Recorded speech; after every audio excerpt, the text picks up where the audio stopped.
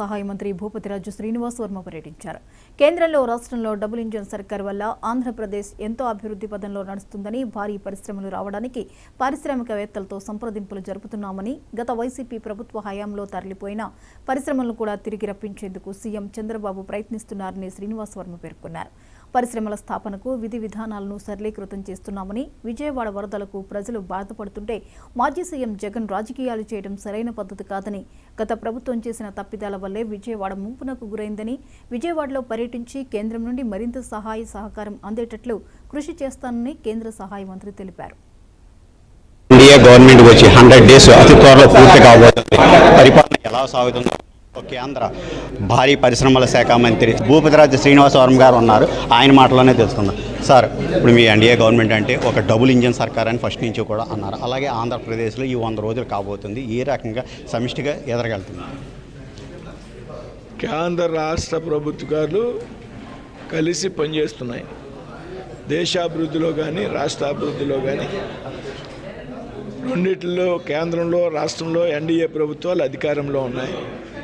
వేళ కేంద్ర ప్రభుత్వం రాష్ట్ర అభివృద్ధి విషయంలో కూడా పెద్ద ఎత్తున సహకరిస్తోంది అనడానికి పోలవరానికి ఇచ్చినటువంటి నిధులు కానీ, అమరావతి అభివృద్ధికి ఇచ్చినటువంటి నిధులు కానీ మన అందరికీ కూడా తెలుసు. కాబట్టి 100 రోజులు అనేది ఒక ప్రోగ్రామ్గా మోడీ గారు తీసుకున్నారు. 100 రోజుల తర్వాత కానీ ఎప్పటికీ కూడా నిరంతరం ఈ రాష్ట్రం కేంద్రం కలిసి పనిచేస్తాయి. ఈ రాష్ట్ర అభివృద్ధిలో కేంద్ర ప్రభుత్వం కీలకమైనటువంటి పాత్ర పోషిస్తుంది. అలాగే కేంద్ర ఉక్కు భారీ పరిశ్రమ సహాయ మంత్రిగా మీరు ఉన్నారు. మన ఆంధ్రప్రదేశ్కి ఎటువంటి సహకారం అందించబోతున్నారు? ఏమన్నా ప్రపోజల్స్ ఉన్నాయా? నేను స్టీలు భారీ పరిశ్రమ శాఖ మంత్రిగా ఉన్నా. ముఖ్యమంత్రి గారు 2 సార్లు ఢిల్లీ వచ్చినటువంటి సందర్భంలో అనేక మంది మంత్రులను కలవడం జరిగింది, ప్రధానమంత్రి గారిని కలవడం జరిగింది. ఆంధ్రప్రదేశ్లో కొన్ని కొత్త పరిశ్రమల్ని ఏర్పాటుకి ఆహ్వానిస్తాం జరుగుతూ ఉంది. అలాగే భారీ వర్షాలకు విజయవాడ కృష్ణమ్మ దగ్గర అక్కడ విలయతాండవం జరుగుతుంది. ఇక్కడ జగన్మోహన్ రెడ్డి మొన్న వచ్చి పర్యటనలో భాగంగా ఎన్డీఏ గవర్నమెంట్ దీంట్లో పూర్తిగా విఫలమైంది అంటున్నారు. దీన్ని ఏ విధంగా చూడండి? అదే అంట, ఆయన 5 సంవత్సరాలు అధికారంలో ఉన్నాడు. కొత్త ప్రభుత్వం వచ్చి 3 నెలలు కాల. గత 70 సంవత్సరాలు ఎప్పుడూ రాని విధంగా వర్షాలు వచ్చినాయి. అదొక ప్రకృతి వైపరీత్యంగా మనం భావించాలి.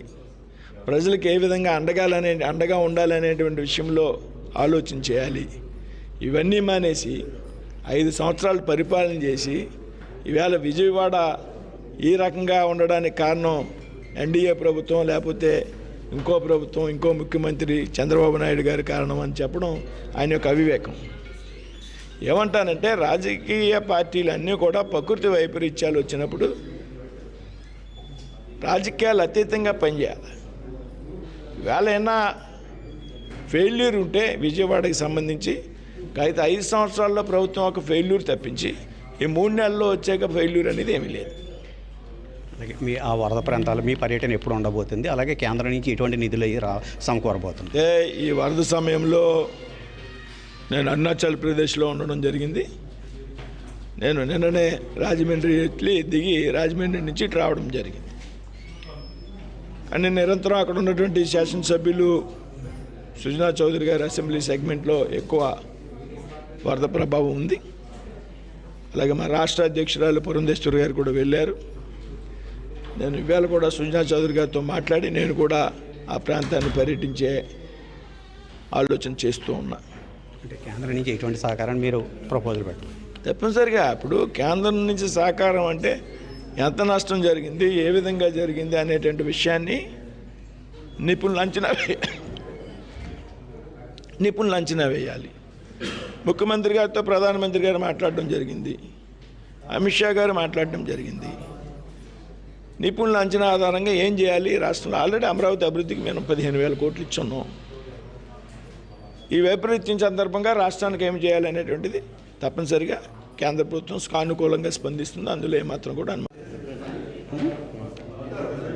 కేంద్ర ఉక్కు భారీ పరిశ్రమల శాఖ మంత్రి భూపతిరాజు శ్రీనివాస్ వర్మ గారు ఇక్కడ విజయవాడలో జరిగిన వరదలు అవన్నీ కూడా నేను పర్యటిస్తానని అక్కడి నుంచి సమీక్షలన్నీ కూడా నిర్వహించి తర్వాత కేంద్రం నుంచి ప్రత్యేక నిధులు కూడా ఏర్పాటు చేయడం తన వంతు కృషి చేస్తానని తెలియజేస్తున్నారు. కెమెరామ్యాన్ శివతో బ్రహ్మేంద్ర 99.